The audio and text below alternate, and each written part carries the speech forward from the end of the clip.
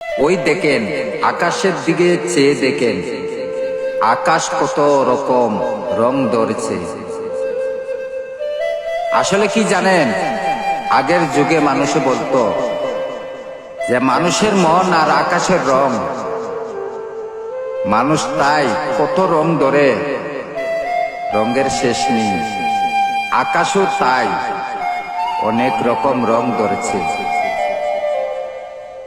এই অল্প দুনিয়ায় কত রং ধরে মানুষ, কত আশা আকাঙ্ক্ষা, আর হাজার বছর বেঁচে থাকলে না জানি কি করত।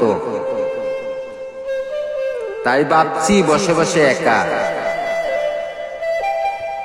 যাব নীলাদ্রি পট্টা বেকা, উপরে চায় দেখি ফুলের জাকা।